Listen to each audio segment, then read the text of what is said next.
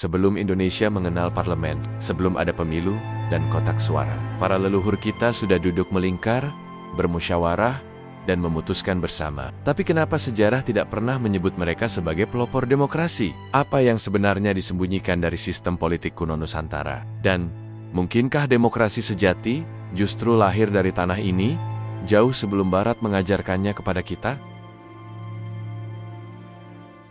Kita sering membayangkan bahwa konsep demokrasi adalah warisan dari dunia Barat, dari Yunani kuno dengan negoranya, dari revolusi Prancis yang menggugat monarki, atau dari Amerika yang memperkenalkan model republik modern. Tapi pernahkah kita bertanya, sebelum konsep-konsep itu datang ke Nusantara, apakah leluhur kita benar-benar hidup dalam kegelapan politik? Apakah mereka hanya tunduk pada raja dan pemimpin absolut? Atau justru telah memiliki bentuk pemerintahan partisipatif yang tak pernah diajarkan di sekolah-sekolah kita? Saat kita mulai menggali ulang catatan sejarah, naskah kuno, dan tradisi masyarakat adat yang masih bertahan, gambaran mengejutkan muncul. Leluhur kita yang dianggap primitif oleh narasi kolonial mungkin telah mengenal demokrasi jauh sebelum kata itu diterjemahkan ke dalam bahasa Indonesia. Demokrasi bukan dalam bentuk suara terbanyak atau pemilu 5 tahunan, tapi dalam bentuk musyawarah, mufakat, dan kedaulatan rakyat yang lahir dari akar rumput, bukan dari kekuasaan pusat.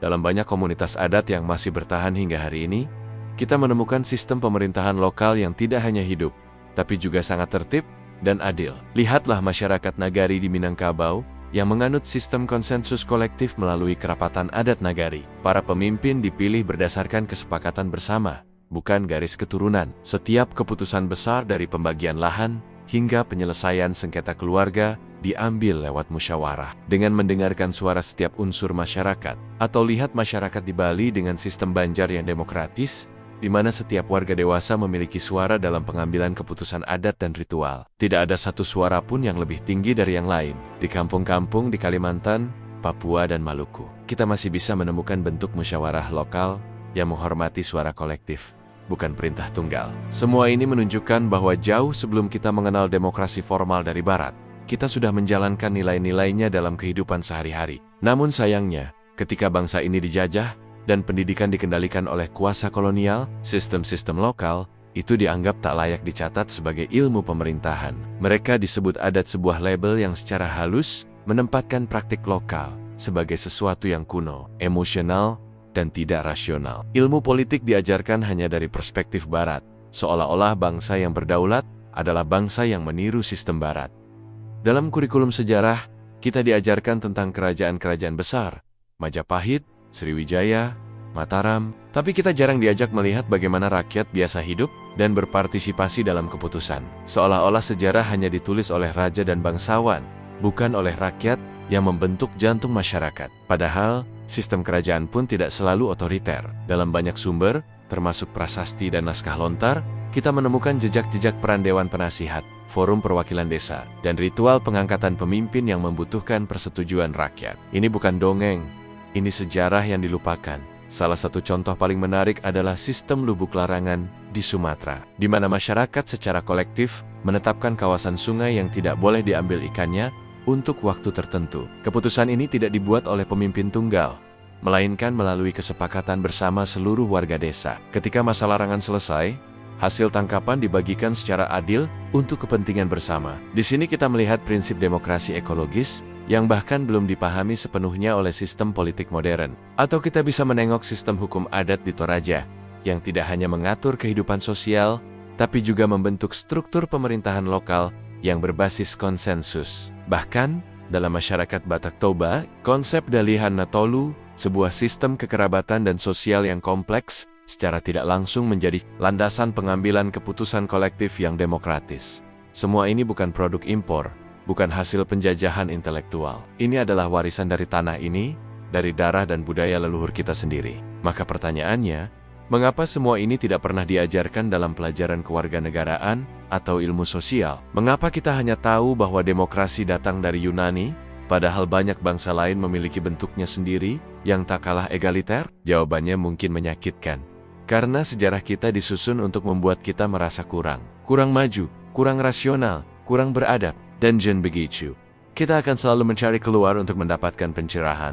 tanpa menyadari bahwa pencerahan itu telah lama menyala di perapian rumah adat kita, di balai desa, di panggung musyawarah kampung. Narasi ini tak hanya membuat kita kehilangan rasa bangga, tapi juga membuat sistem demokrasi lokal yang sebetulnya hidup dan berfungsi diperlakukan sebagai gangguan, bukan inspirasi. Banyak kebijakan pembangunan justru menggusur struktur sosial ini, menggantikannya dengan model top-down yang jauh dari nilai-nilai kolektif leluhur. Saat ini, ketika dunia sedang mengalami krisis kepercayaan terhadap sistem politik modern, ketika pemilu dibajak oligarki dan kebijakan publik dikendalikan elite, barangkali inilah saatnya kita menengok ke belakang, bukan untuk nostalgia, tapi untuk inspirasi. Demokrasi lokal yang dijalankan leluhur kita mengajarkan bahwa pemimpin harus tumbuh dari bawah, bukan datang dari atas. Bahwa keputusan penting harus dilahirkan dalam kesepakatan, bukan paksaan. Bahwa kekuasaan harus dibatasi oleh norma kolektif, bukan oleh undang-undang yang bisa dibeli atau disulap. Barangkali,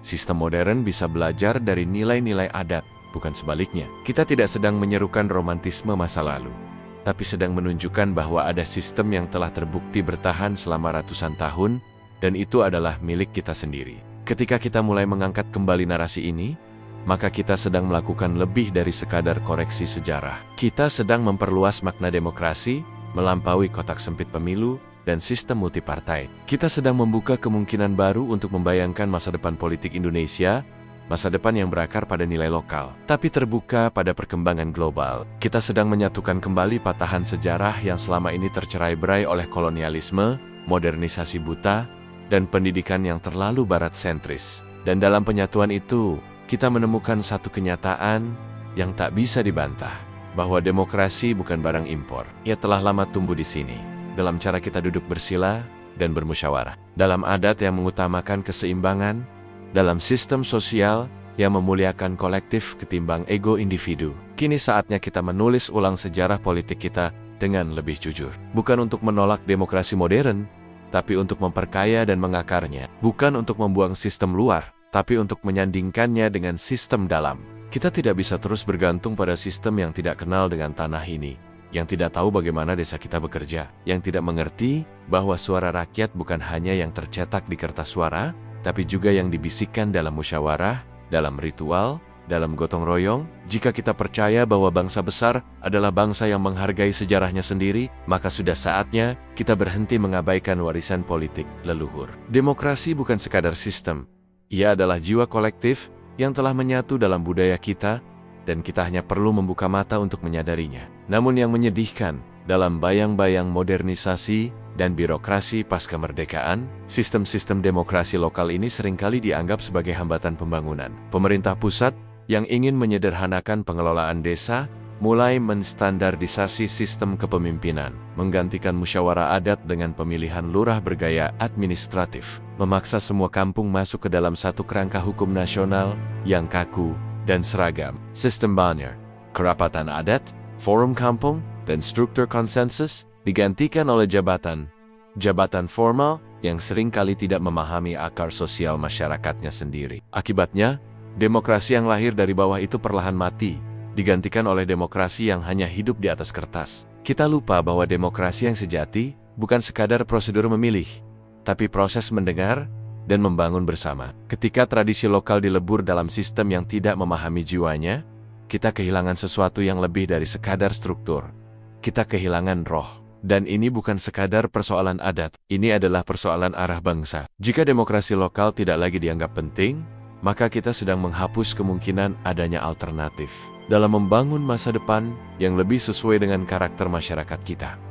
Kita sedang mencabut akarnya sendiri. Dan ironisnya, saat negara-negara maju mulai belajar dari sistem sosial kolektif, dari kearifan masyarakat adat di Amerika Latin, Afrika, dan Asia Selatan, kita justru semakin menjauh dari warisan kita sendiri. Kita terlalu sibuk mengejar indeks demokrasi versi luar, hingga lupa bahwa kita pernah punya cara yang lebih inklusif, lebih manusiawi, dan lebih membumi. Demokrasi lokal tidak menolak perubahan, tapi menyesuaikannya dengan ritme dan nilai komunitas. Ia tidak menentang pembangunan, tapi menjaganya agar tidak merusak keseimbangan sosial dan ekologis. Ia tidak menolak modernitas, tapi mengajukan pertanyaan, modernitas versi siapa?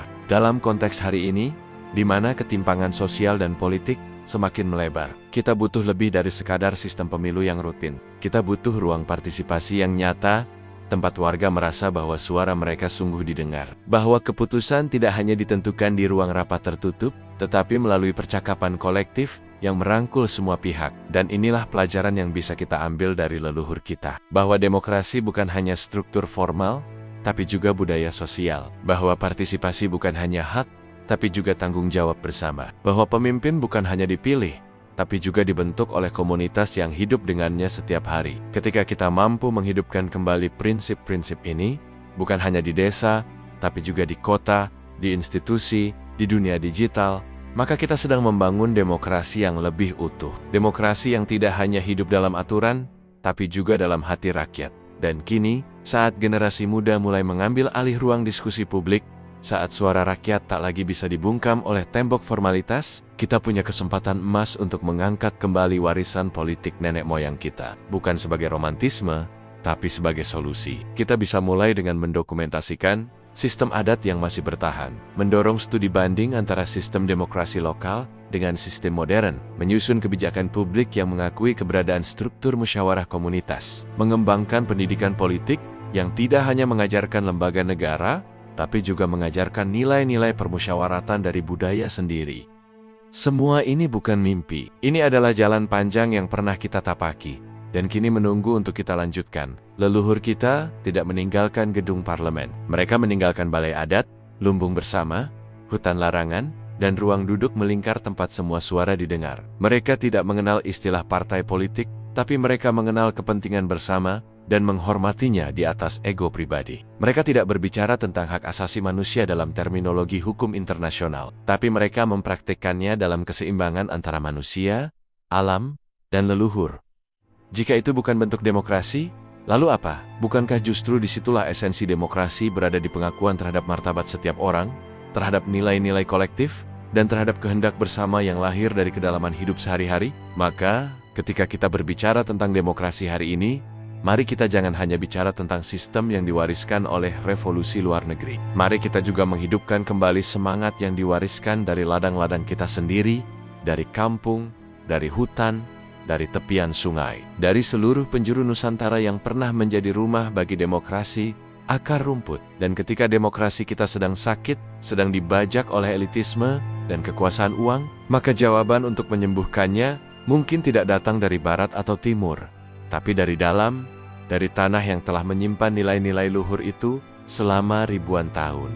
Jika kamu percaya bahwa sejarah kita lebih kaya dari yang diajarkan, dan bahwa demokrasi sejati tumbuh dari akar budaya kita sendiri, maka mari sebarkan narasi ini. Bagikan video ini, komentari dengan pendapatmu. Dan jangan lupa subscribe, agar kita bisa terus membongkar jejak-jejak peradaban Nusantara yang terlupakan. Suara kamu berarti, dan bersama-sama kita bisa menyalakan kembali api demokrasi yang telah lama menyala dalam darah nenek moyang kita.